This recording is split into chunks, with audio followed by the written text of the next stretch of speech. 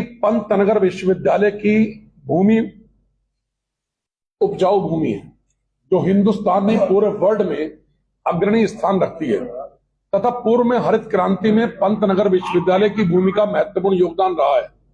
इस भूमि पर देश की खाद्य सुरक्षा हेतु विभिन्न फसलों की विभिन्न श्रेणी प्रजनक एवं आधारीय के उच्च गुणवत्ता युक्त बीजों का उत्पादन कर देश के विभिन्न राष्ट्रीय बीज संस्थानों टीडीसी, एनएससी, एसएससी आदि के कृषकों को उपलब्ध कराया जाता है, जो देश एवं प्रदेश के हित में महत्वपूर्ण है तथा देश के बीज उत्पादन में पंतनगर विश्वविद्यालय का अहम योगदान है।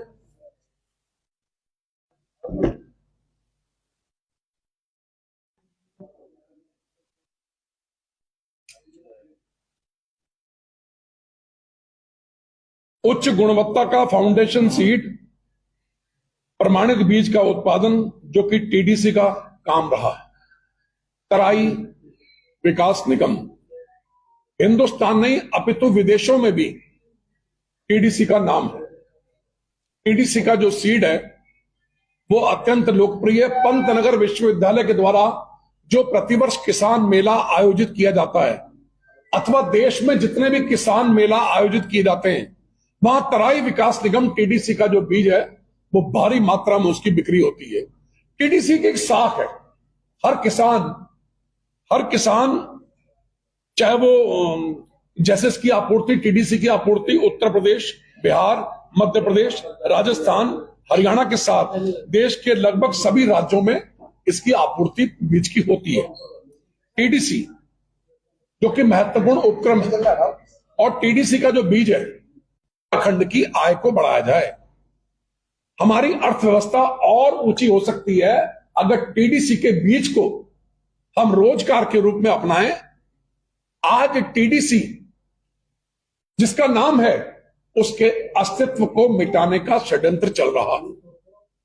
आज टीडीसी तराई विकास निगम जिसकी बिल्डिंगें खाली हो रही हैं, बिल्डिंगें तोड़ी जा रही हैं क्योंकि पंतनगर हवाई अड्डा अंतरराष्ट्रीय हवाई अड्डे में परिवर्तित होने जा रहा है। पंतनगर हवाई अड्डे का सीमा विस्तार होना है। समाचार पत्र स्थानीय है। किसी भी समाचार पत्र में इसकी निविदा प्रक्रिया अथवा ऑक्शन यानी नीलामी, कोई टेंडर नहीं, कोई ऑक्शन नहीं, किसी भी स्थानीय कॉन्ट्रैक्टर को प्रतिभाग करने का मौका नहीं मिला। चुपचाप ऑनलाइन एक व्यक्ति को लाभ पहुंचाने के उद्देश्य से इस प्रकार का षड्यंत्र रचा गया। एक दिल्ली के, एक उत्तर प्रदेश के और एक स्थानीय, तीन लोगों को, लोग जो उत्तराखंड के स्थानीय हैं। अब कहने को तो हम लोग कहते हैं कि पर्वतीय अंचल है, 13 जनपद है, यहां के लोगों को हर काम में प्रतिभाग करने का मौका मिलना चाहिए, नहीं मिल रहा। एक षड्यंत्र के तहत सारी की सारी बिल्डिंगों का ऑप्शन कर दिया। तराई विकास निगम का अस्तित्व मिटाया जा रहा है। अगर टीडीसी को समाप्त नहीं करना चाहते हो, क्योंकि हल्दी तो पंतनगर हवाई अड्डे का सीमा विस्तार करना है। सिंह भदौरिया टीडीसी के एमडी भी हैं, प्रबंध निदेशक भी हैं। जो हमारे मुख्य कृषि अधिकारी हैं अभय सक्सेना, वो टीडीसी के महाप्रबंधक भी हैं। दोनों अधिकारी पूरी तन्मयता से जो लोग इससे प्रभावित हो रहे हैं या पीड़ित हैं, जिनके मकान टूट रहे हैं, जो सरकारी इस उपक्रम में जॉब में है, जो पंतनगर विश्वविद्यालय के अधीन किसी भी प्रकार से जॉब में है, उन सबकी वैकल्पिक व्यवस्था, अल्टरनेटिव सिस्टम जिलाधिकारी महोदय ने एमडी टीडीसी के होने के नाते किया है।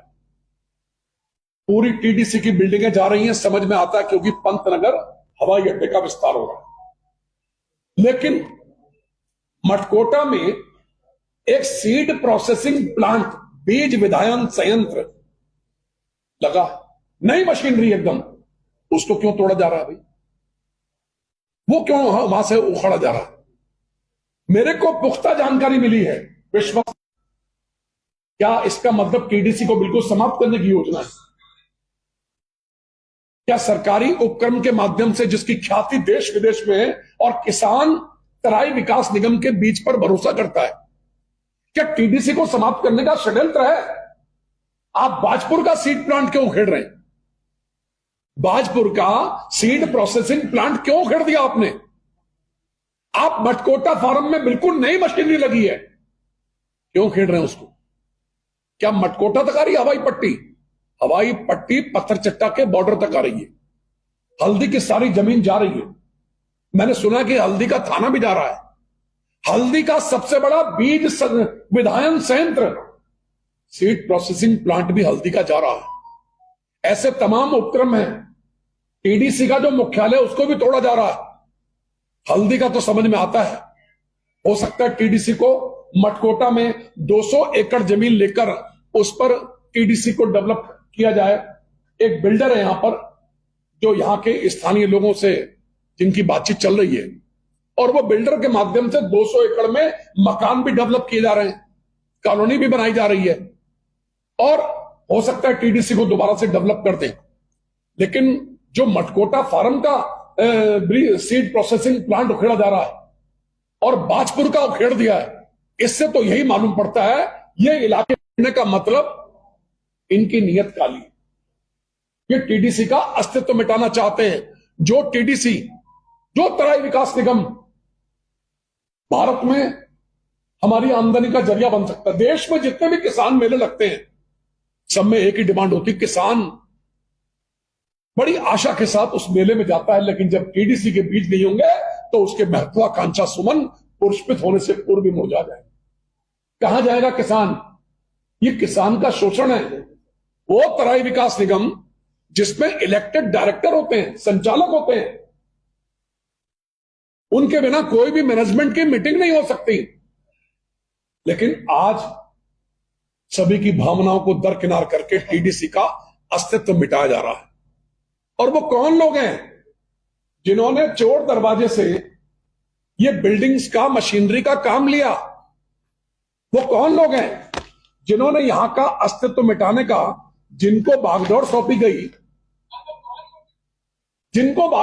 गई, और वही श्री हेमवती नंदन बहुगुणा और श्री नारायण दत्त तिवारी, तीनों पूर्व मुख्यमंत्री, तीनों के तीनों पूर्व मुख्यमंत्री आदरणीय आज हमारे बीच में नहीं है।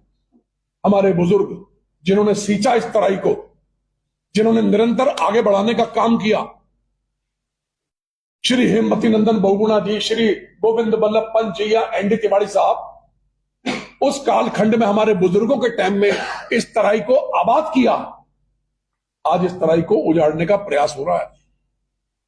आज टीडीसी की 4 लॉटें बनाकर ट्रक, नए नए वाहन सब नीलाम कर दिए। क्या टीडीसी को समाप्त करना चाहते हो?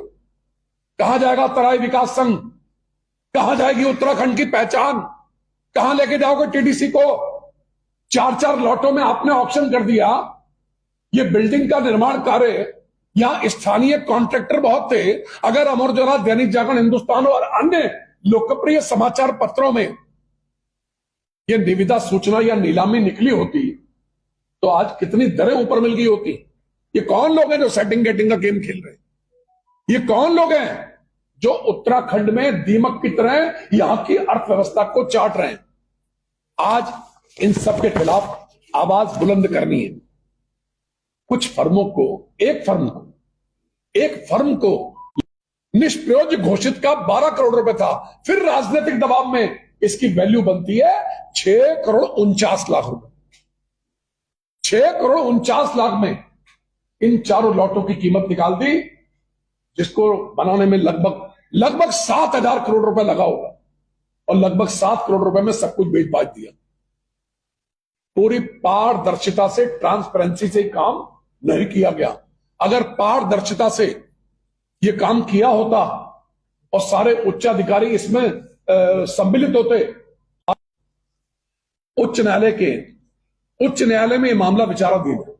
एक स्थगन आदेश हुआ है। उस स्थगन आदेश में रोकने के बावजूद इस प्रक्रिया को रोकने में शासन प्रशासन गंभीर नहीं है। जो मामला उच्च न्यायालय में विचाराधीन हो, कैसे आप उसको भेज देंगे? आप तो इसका मतलब न्यायालय का भी सम्मान नहीं कर रहे। मैं तो हाथ जोड़कर उच्च न्यायालय उत्तराखंड, उनके मुख्य न्यायाधीश से हाथ जोड़ के विनम्रता पूर्वक आग्रह कर रहा हूं, माननीय न्यायाधीश, आपसे न्याय की उम्मीद है। जो यहां की अर्थव्यवस्था को चौपट करना चाहते हैं, वो कौन लोग हैं जो पर्दे के पीछे काम रहकर महज अपनी स्वार्थ सिद्धि में दीमक की तरह इस प्रदेश को चाट रहे हैं। उनको पता है ये 2 नंबर की जो कमाई करते हैं, वो दिन रात ये छल प्रपंची हराम की दौलत इकट्ठी कर रहे हैं।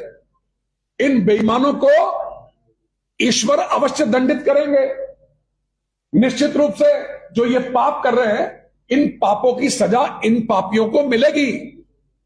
जो मिली भगत करके, ना कोई टेंडर ना ऑक्शन, चुपचाप ऑनलाइन सेटिंग करके, अगर ऑनलाइन भी इनवाइट करते, ये इतना बड़ा ऑक्शन था, सरकारी नीलाम करता इसमें आता। मुंबई, मद्रास, कलकत्ता और दिल्ली 4 बिग सिटी हैं। इन चारों महानगरों से कहीं से भी ये हायर करते, ऑक्शन काट रहे हैं।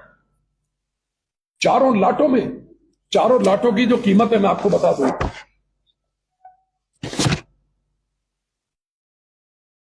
एक लॉट की कीमत है साहब 3 करोड़ 80 लाख रुपए।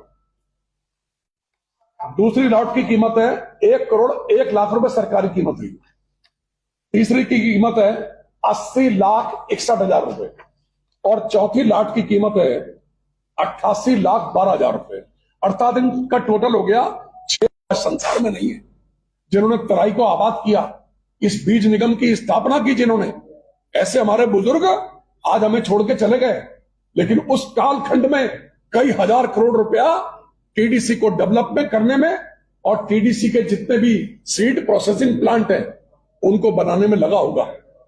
वो कई हजार करोड़ रुपए मिट्टी हो गया। आज मात्र ये 7 करोड़ के अंदर अंदर सब माल बेच दिया। अगर टीडीसी को खत्म करने की योजना नहीं है तो वो हवाई अड्डे के दायरे में आने वाली जितनी जगह है, उसके अतिरिक्त हिंदुस्तान के किसी भी कोने में या उत्तराखंड के किसी भी कोने में जो भी प्रॉपर्टी टीडीसी की है उसको ऑक्शन क्यों कर दिया? क्यों बेचा आपने मटकोटा का बीज विधायन संयंत्र? क्यों बेचा आपने हल्द्वानी का बाजपुर का बीज विधायन संयंत्र? इसके पीछे एक षड्यंत्र की बू आ रही है। अच्छे अच्छे ट्रक, मटकोटा का प्लांट भी, सारी बिल्डिंगें भी, जिनकी कीमत ये सरकारी निकली है 6 करोड़ 49 लाख 73 हजार। मैं तो आग्रह करूंगा जिलाधिकारी महोदय, रोज आपके कसीदे पढ़ते हैं, मेरी नजरों में एक अच्छे अधिकारी हैं आप। मैं नितिन सिंह भदौरिया जी से भी कहना चाहता हूं, इसमें प्रश्न चिन्ह लग रहा है। रोज मेरे पास पंतनगर विश्वविद्यालय से लोग मुझसे कांटेक्ट करते हैं कि क्या हो रहा है, ये कोई तो बचाए इसको, क्यों नहीं बोल रहे यहां पर लोग। टीडीसी जिस पर विश्वास की डोर मजबूत करते हुए किसान बड़ा आशान्वित होता है, किसान लाभान्वित होता है, लेकिन आज किसान बहुत निराश है और टीडीसी का विनाश लिख रहे हैं लोग। आप 200 एकड़ में नई कॉलोनी बनाना चाहते हैं मटकोटा में, बहुत अच्छी बात है, लेकिन आप टीडीसी हल्दी के अलावा अन्य स्थानों पर भी अगर छेड़खानी कर रहे हैं, कितना अर्थव्यवस्था को चौपट किया जा रहा है, इस सबका खुलासा आपके बीच में करूंगा। यह है वो न्यायालय का आदेश, यह न्यायालय का आदेश है। इसके बावजूद भी शासन प्रशासन इस आदेश के प्रति गंभीर नहीं है। यह माननीय उच्च न्यायालय का आदेश है।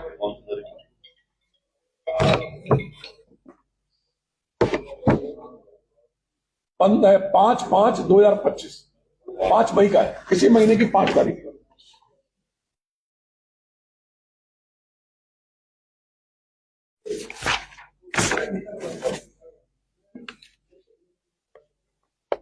जो वादी हाईकोर्ट गया था, उस वादी ने भी